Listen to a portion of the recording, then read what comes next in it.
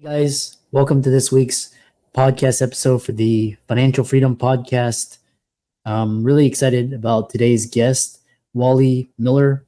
She's all about financial freedom, financial planning. She got her financial independence, financial freedom early on, and she's here to talk to us about her journey. So, Walli, welcome. Hi, thank you so much for having me. I'm really excited about having this conversation. I, like you, am a little bit of a financial money nerd. So I look forward to speaking with you. We connected through Podmatch. I think you're part of FinCon, but tell people about your story, your background, how you got started, and what you do.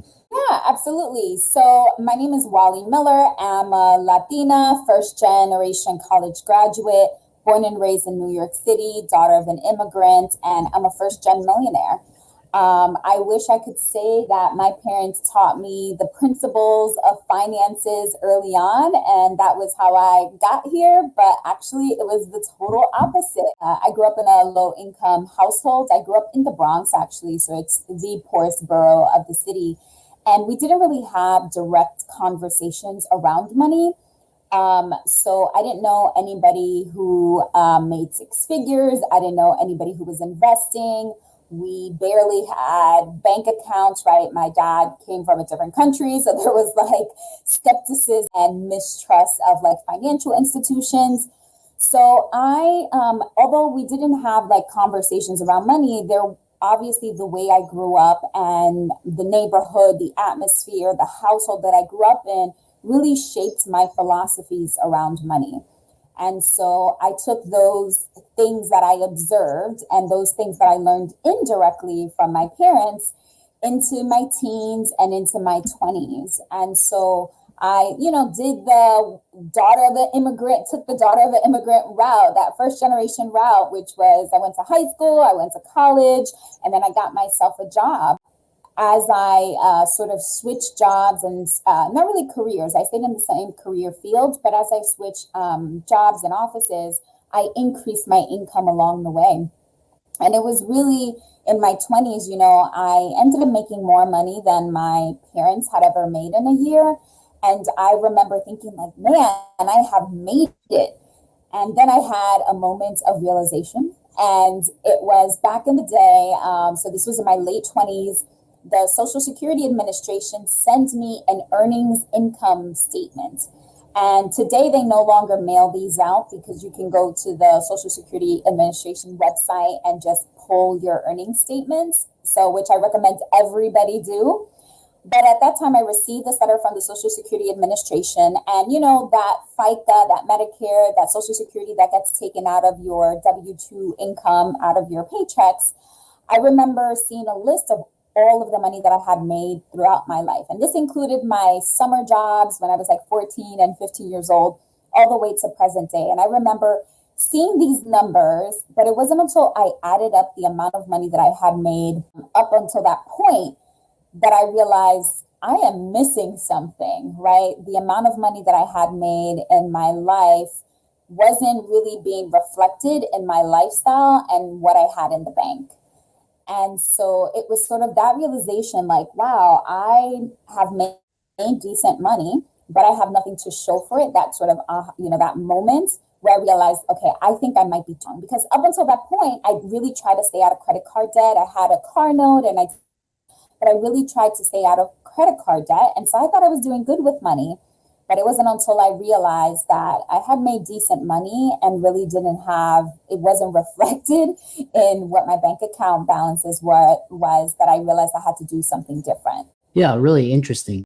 Yeah, that's a very fantastic story. And, a lot of people, kudos to you to get your financial footing earlier. So, one thing is talking about, because, the majority of society thinks, like doctors are set, but, a lot of doctors are struggling. And so talking about why high income earners are living paycheck to paycheck, using that Social Security example? Yeah. So I think, first of all, I work with clients who, single moms who are making $50,000, $60,000 a year. And then I also work with couples who bring in seven figures in their household.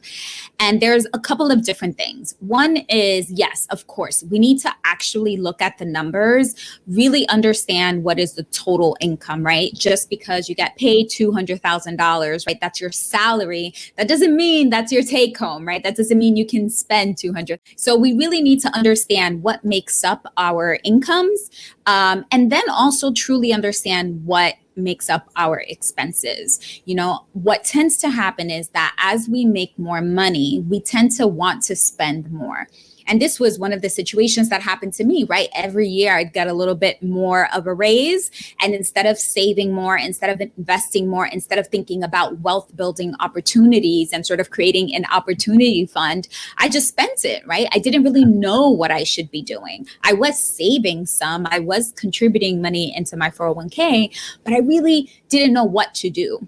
And so we want to really make sure that when we're looking at the amount of money that we are making, understand truly how much of that goes to taxes, how much of that goes to our needs, so those most essential expenses, and then how much of that goes to our wants. And there's nothing wrong with wanting to upgrade your apartment, right? Or wanting to upgrade your home, or upgrade your car, or buy a fancy toy like a boat or a lake house or something, right? There's nothing wrong with that.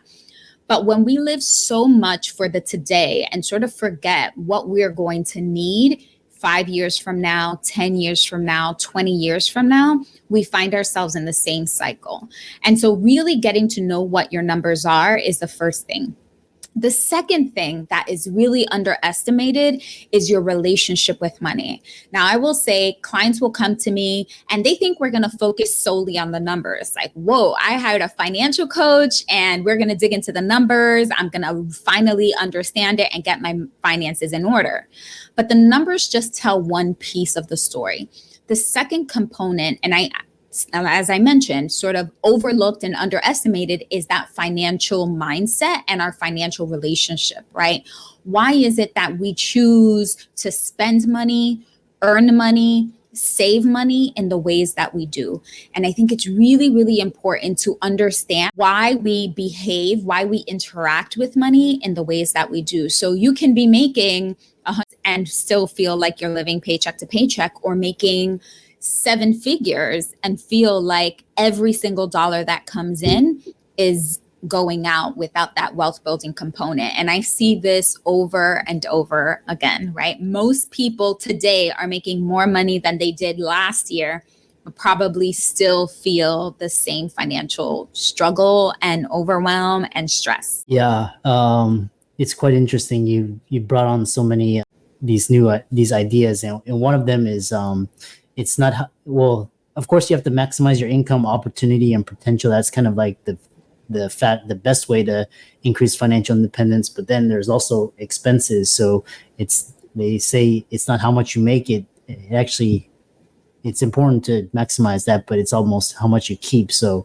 how that income comes as either as a W-2 or as a business, investing, all these have different tax liabilities. You'll see that working for a paycheck is the highest tax form of income. And it's just crazy, just the way our society is trained to think. I was talking to another guest talking about where we're just taught to hoard and consume and just, buy boats and fancy and cars. Accumulate. Yeah, accumulate, keep the economy going, this Ponzi scheme. People don't realize, you could have, I was saying the same example, you could be a billionaire but die tomorrow and it would mean nothing. It would mean a lot to the government and your heirs, but so it's quite interesting the way society portrays money. You talked about the relationship of money. We're taught to think of it as scarce, and we have to work for it, and consume it. It's like this it's like this very reactive type of relationship. So talk about this. Since we're on the expensive side, talk about impulsive shopping and in being a mindful spender? Yeah. One of the sort of habits that happened to me, one of the habits that I sort of learned and, sort of became ingrained in me was, I didn't think that I spent a lot of money because I wouldn't buy the most expensive thing. Like I've never bought a brand new car. I would, wait. The car could be 1 or 2, maybe even 3 years old. And I would be totally fine with that. I never bought a pair of jeans that cost $200 or $300, right? I would go and buy the $40, $50 pair of jeans. So in my mind, I wasn't really spending a lot of money, but I had all of these wallet leaks and budget leaks. And sort of the most simplistic way of thinking about this, right, is that I would go to Target to buy toilet paper and laundry detergent, and I would leave with pillows and candles and socks and home decor, right? All of these things that I didn't need. And then I would, go to, I was driving in my car and I was headed to the gas station, and all of a sudden I end up at the mall, right? Not because I needed anything, but, let me just see if I could find something to buy. And now we don't even have to go to a mall, right? Like most of the malls are like closed down and no one really frequents them. Now all we have to do is sort of scroll, and all we have to do is sort of talk about something that we might want or need. And all of a sudden we have dozens and dozens of ads. So society has made it so much easier, and what they claim to be more convenient for the consumer to just have what we want at the tip of our fingers, which is fine, except most of us are buying things that we don't truly value, right? So as I mentioned, I wasn't really buying like expensive handbags and clothes and shoes and things like that, but I was buying a lot of it, right? And I think part of that came from the way that I grew up, not really having, we went back to school shopping once a year, and that was the amount of times that I had brand new clothes, right? So as I got older, I was like, wait a minute, I could buy this shirt just because I like it. I could just go to the store and I have money and I could just like buy these things. And so there was that part of like growing up sort of feeling maybe a little deprived, right? That I wasn't able to afford those things growing up. And now I had money and I could afford those things. But if people looked at my credit card transactions and looked at my debit card transactions, what it would reflect is that I valued clothes and shoes and handbags, which wasn't true. What I really enjoyed, what really brought me joy, was experiences with my friends and family and travel, right? But I wasn't even spending money on those things. I was spending money on all of these things that really didn't matter. And so I think when I shifted from sort of becoming a very impulsive shopper, right? I would just see something and all of a sudden that I want, right? And now I have this, some people have a 24-hour rule. I can justify just about any purchase. So 24 hours isn't good enough for me. I have a 3-day rule, right? If I see something, I will bookmark it. I will add it to the cart. And if in 3 days I'm still excited about it, I really have evaluated whether or not it makes a difference in my life, whether it's sometimes those items are something that I need.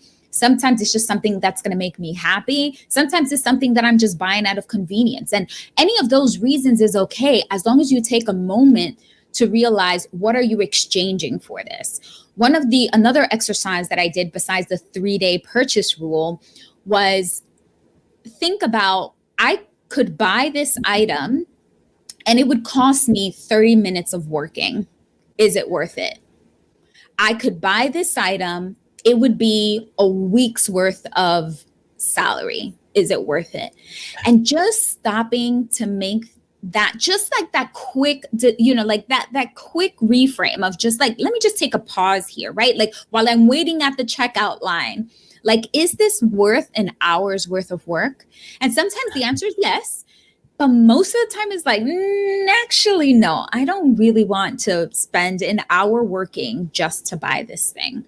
And I think if we can begin to sort of incorporate just a little bit of a slowdown, right? We haven't even talked about don't purchase things, don't buy the coffee, don't buy the Starbucks. Like that is not the way I work with my clients, right? I tell them I don't really care how you spend your money. But what I want to listen for is, what is it that you truly value? And is your spending being reflected in that area, right? If you truly value being able to travel with your family, is your spending reflected in that area? Or are we seeing all of these different budget leaks or wallet leaks? Yeah. Yeah. Yeah, I love that. And there's actually, because there's this idea where basically we're here, time and experiences, and basically there's a great book called Flow, and kind of this is how money works into it. Is kind of money allows you to do the things you want to do. It's not the, I guess for Wall Street, money is everything.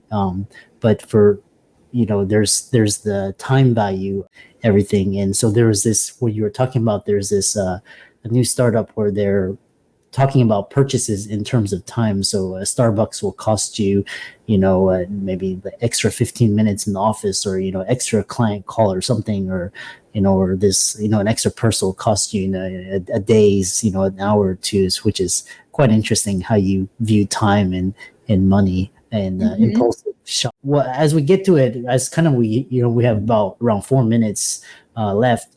And one thing the audience wants to know is your number one tip. You became financially independent, retired early, and you're well before a lot of individuals. So tell people, like, what is the number one tip and how can they find you? Yeah, when we think about, building wealth is pretty simple, right? As I mentioned, I think the biggest mistake that people do is focus too much on the numbers and not enough on the mindset. And I know that can sound woo-woo, but really the relationship and our habits is really important. And then I would say building wealth is simple, right? We want to focus our expenses on the things that we value most, reduce expenses or eliminate those expenses that we don't care about. And then the second piece is increasing the income. Now, the gap between our income and our expenses, right? The money that is left over, the money as we increase our income, we're not increasing our lifestyle, is really what we're going to use to build wealth. And there's multiple ways to build wealth, right? Real estate, entrepreneurship, stock market. I like the stock market personally. I think it's like the lazy way to build wealth, right? But there's different ways. So you can have, a foot in all three. You can have, choose one that most aligns with you, but really is to choose your wealth building vehicle and to be consistent of it. Decide what it is that you want your life to look like 5 years from now, 10 years from now, 20 years from now. Like, do you want to continue working for the next 15, 20, 30, 40 years? Do you want to be that person who's working until the age of 80? Or would you like more control and time over, more freedom and control over your time? And sort of make that decision now and then create the plan to get there. Yeah. So, and then it looks like, and how can people contact you, check out the work, etc.? Yes, you can visit me at financiallythriving.com. You'll find my Instagram, which is financially_thriving. But if you just go to Financially Thriving, you can send me a message there, and just go to my website and learn a little bit more about my one-on-one coaching program. And for all the audience out there, let's thank Walli for coming on. A lot of these tenets are espoused in the FinCon community, the FIRE community, financial independence, early retirement, focusing on the time value of money and the utility of it. She's on Instagram. All of her resources will be in the links and show notes. And with that, thanks so much for coming onto the podcast. Thank you for having me.